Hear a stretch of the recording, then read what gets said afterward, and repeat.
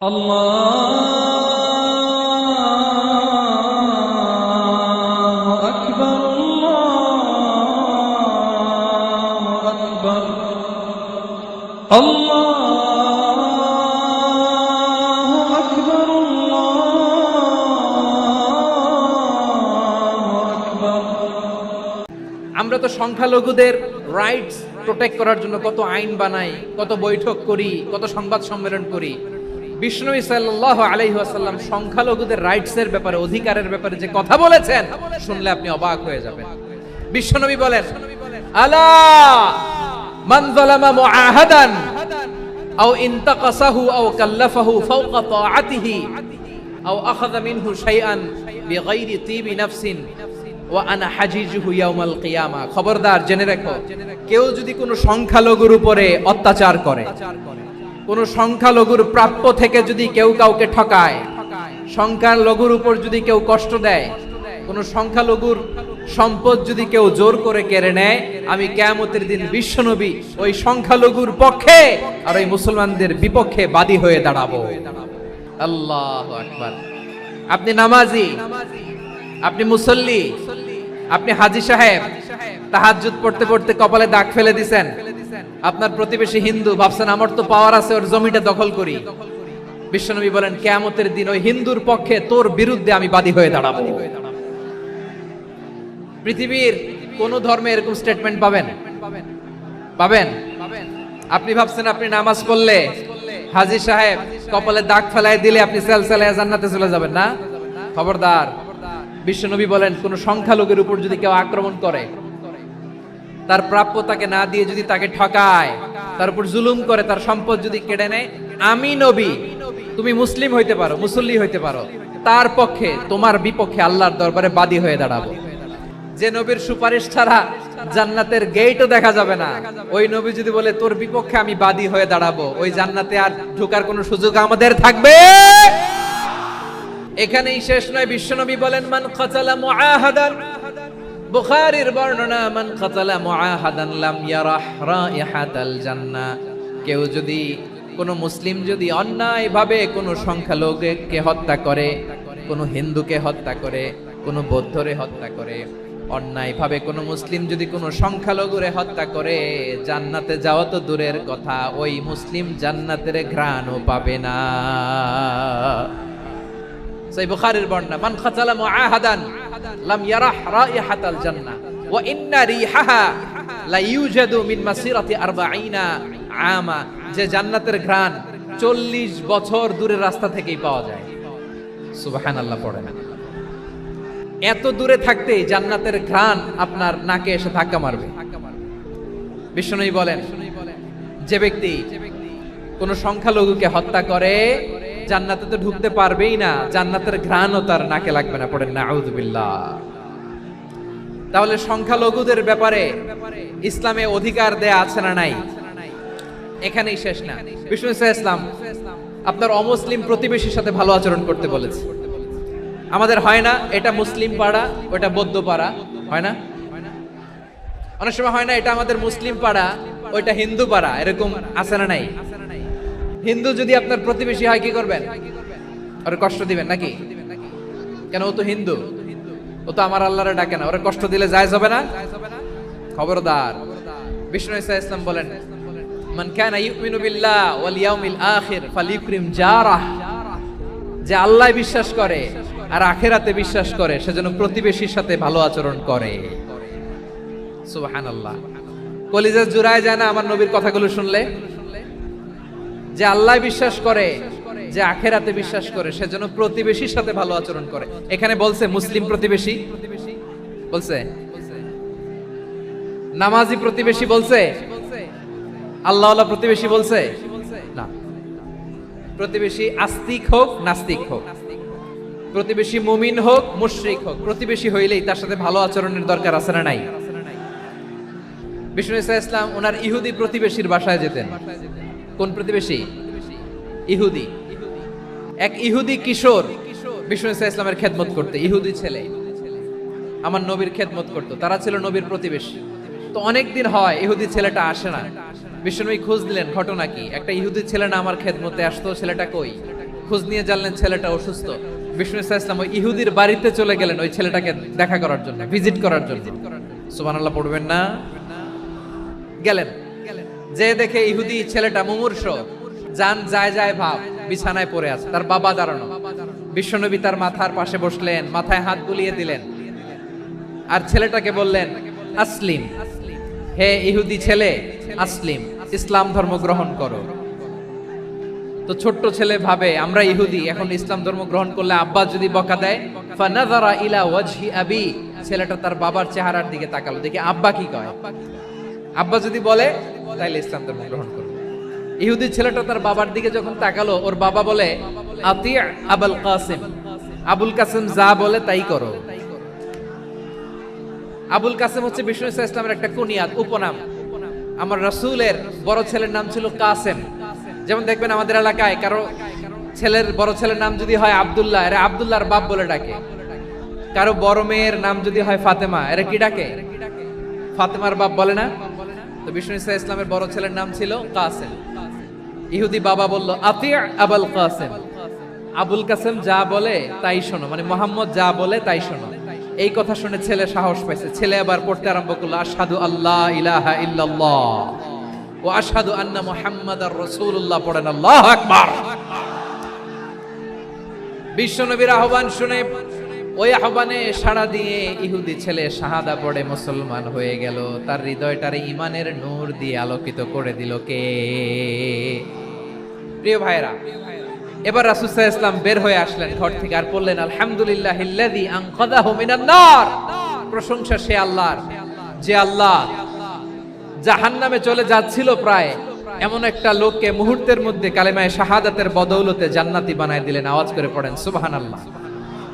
এই হাদিস থেকে আমরা কি শিখলাম? What is the moral of the story? এক নাম্বার স্টোরি হলো, প্রতিবেশী ইহুদি হোক হিন্দু হোক, যাবেন, সুসম্পর্ক রাখবেন, উপহার দিবেন, বিপদে পাশে দাঁড়াবেন, তাইলেই তো আপনাদের প্রতি, মুসলমানদের প্রতি তারা আকৃষ্ট হবে, ঠিক কিনা বলেন? আপনি যদি হিন্দুদের সাথে বৌদ্ধদের সাথে নাই মিশেন, নাস্তিকের কাছে নাই যান, তো ইসলামের সৌন্দর্যটা ওরা বুঝবে কেমনে? আমার অনেক হিন্দু পরিচিত ভাই আছে, ওরা আমাদের ইফতারির প্রোগ্রামে এসে একসাথে ইফতারি করে। অনেক মদখোর আমার সাথে বসে একসাথে ডিনার করে, হাফ প্যান্ট পরা, গলায় স্বর্ণের চেইন, হাতে স্বর্ণের ব্রেসলেট, আইসা আমার সাথে ডিনার করছে, আছে এরকম। গাঁজাখোর, আমি বলে আসো, welcome welcome to my dinner, আসো বসো। বসলেই তো আমি ওর ডিএনএ, চিন্তার ডিএনএ চেঞ্জ করে দেওয়ার সুযোগ পাবো, চিল্লায় বলো ঠিক কি না? আসতে হবে আমার কাছে। The door of Islam is open 24/7. সব সময় আমাদের ইসলামের দরজা আমার অমুসলিম ভাইদের জন্য খোলা আছে না নাই? এই হাদিস থেকে দুইটা শিক্ষা। এক নম্বর শিক্ষা, প্রতিবেশী মুসলিম হোক অমুসলিম হোক, যান, অসুস্থ হইলে একটু আপেল নিয়ে যান, আঙ্গুর নিয়ে যান, কমলা নিয়ে যান, তাদের সাথে ভালো আচরণ করেন। ইসলামের বিউটি দেখে, সৌন্দর্য দেখে অবাক হবে, নসিব ভালো হলে কোনোদিন কালিমা পড়ে মুসলমান হয়ে যাবে। তাহলে অমুসলিমের সাথে ভালো সম্পর্ক। বিশ্বনবী ইহুদির বাড়িতে গেলেন, ইহুদির বাড়ি, আর আমার মুসলমান ভাই আমার কাফের বলে, এরকম আছে না নাই? মুসলিম মুসলিমরা দেখতে পারে না, সহ্য করতে পারে। বিষ্ণু ইসলাম ইহুদির বাড়িতে গেলেন, এটা একটা শিক্ষা। দুই নম্বর শিক্ষা হলো, বিষ্ণু ইসলামের খাদেম ছিল ইহুদি, এতদিন খেদমত করলো, একদিনও বিশ্বনবী ওরে কালিমার দাওয়াত দেয় নাই। কারণ কি? বিশ্বনবী একটা ভালো সময়ের অপেক্ষা করতেছিলেন, প্রপার টাইমিং। দাঈর কাজ হচ্ছে দাঈ ইলাল্লাহ, সে হচ্ছে সুযোগ সন্ধানী। দাঈ সুযোগ খোঁজে, কখন দাওয়া দিলে ব্যাটে বলে হবে, ঝোপ বুঝে কোপ মারে, ঠিক কিনা বলেন? বিষ্ণু ইসলাম ভালো সময়ের অপেক্ষা করতেছিলেন, দেখি ভালো সময় আসুক আসুক আসুক আসুক। আস্তে আস্তে এমন সময় আসছে, ছেলে এবার মুমূর্ষ। অসুস্থ ব্যক্তির হৃদয় অত্যন্ত নরম থাকে।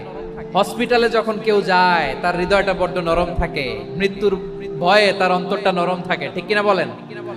এই প্রপার টাইমিং এর অপেক্ষা করতেছিলেন। যখনই টাইমিং পেয়েছেন, দাওয়াত দিলেন, পড়ো লা ইলাহা ইল্লাল্লাহ, সুবহানাল্লাহ পড়েন সবাই। তাহলে ইসলাম অমুসলিম প্রতিবেশীর সাথে ভালো আচরণ করতে বলে। ইসলাম অমুসলিম মাতা পিতার সাথেও ভালো আচরণ করতে বলে। মাতা পিতা যদি অমুসলিম হয়, তারা ফেলে দিতে পারবেন? অনেক হিন্দু ছেলে আমাদের হাতে শাহাদা পড়ে মুসলিম হয়, কিন্তু ওর মা মুসলমান হয় নাই, বাবাও হয় নাই, এরকম আছে না নাই? তো ও হয়েছে মুসলিম, মা বাপ হিন্দু, এখন মা বাপ কি বাদ? হ্যাঁ, মা বাপ বাদ দেয়া যাবে? যেই মা আপনারে 9 মাস 8 মাস পেটে ধারণ করলো, আপনার মায়ের নার ছেঁড়া ধন আপনি ওই মারে বাদ দিতে পারবেন? যেই মায়ের বুকের তাজা দুধ খেয়ে আপনি আজকে বাড়ন্ত তাজা তরতাজা, ওই মারে বাদ দেয়া যাবে? মায়ের এক ধারে দুধের দাম, কাটিয়া গায়ের চাম, পাপুষ বানাইলে ঋণের শোধ হবে না, এমন দরদি ভাবে কেউ হবে না আমার মাহা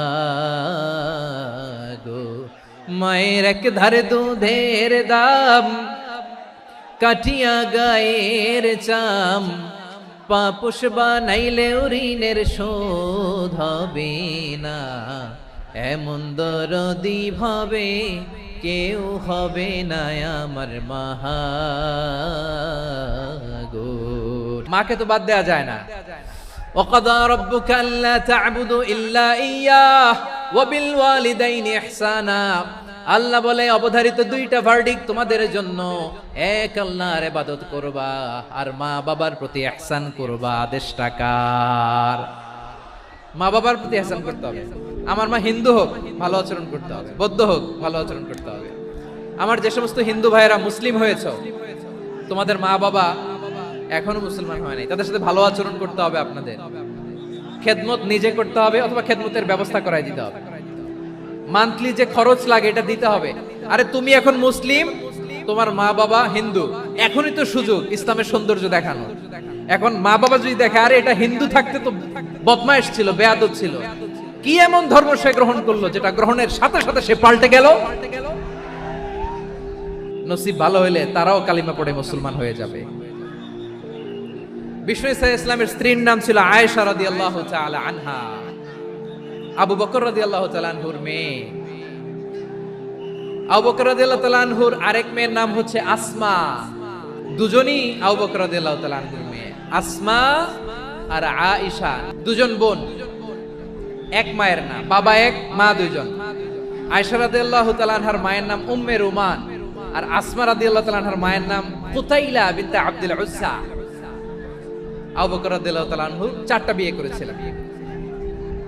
তো একই ঘটনা ঘটেছে এই ফ্যামিলিতে। আসমা ইসলাম ধর্ম গ্রহণ করে মুসলিমা, কিন্তু তার মা কুতাইলা মুশরিকা। তার মানে মেয়ে মুসলিম, মা অমুসলিম। ভেজাল আছে না নাই? কিন্তু কুতাইলা আর ধৈর্য ধারণ করতে পারে না। নার ছেঁড়া ধন, কলিজার টুকরা ধন, কলিজার টুকরা সন্তান আসমারে দেখতে বড্ড মন চায়। সাইয়েদনা আসমা রাদিয়াল্লাহু তাআলা আনহা মক্কা থেকে হিজরত করে মদিনায় চলে গেলেন। হুদাইবিয়ার পর যখন মক্কা মদিনার ট্রাফিক স্বাভাবিক হলো, মক্কার লোক মদিনায় যায়, মদিনার লোক মক্কায় আসে। কুতাইলা কলিজার টুকরা সন্তান আসমারে দেখার জন্য কিছু উপহার নিয়ে বিশাল মরুপথ পাড়ি দিয়ে মক্কা থেকে মদিনায় যায়। সুবহানাল্লাহ বলেন। এখন মা আসছে মেয়ের সাথে দেখা করতে, মেয়ে তো আর দেখা দেয় না। মেয়ে ভাবছে আমার মা তো মুশরিকা, অপবিত্রা, তার সাথে কি দেখা দেয়া যাবে? বিশ্বনবীর দরবারে চলে গেলেন। কি সৌভাগ্যবান ছিল তারা, মাসলা জানার দরকার হলেই নবীর দরবারে চলে যেত। ঘরে বউয়ের সাথে ঝগড়া হলে নবীর দরবারে চলে যেত। অনেক সাহাবী বলে আমার পেটে ক্ষুধা লাগলো আমি নবীর কাছে চলে যেতাম, কারণ নবীর চেহারার দিকে তাকালেই আমার পেটের ক্ষুধা মিটে যেত।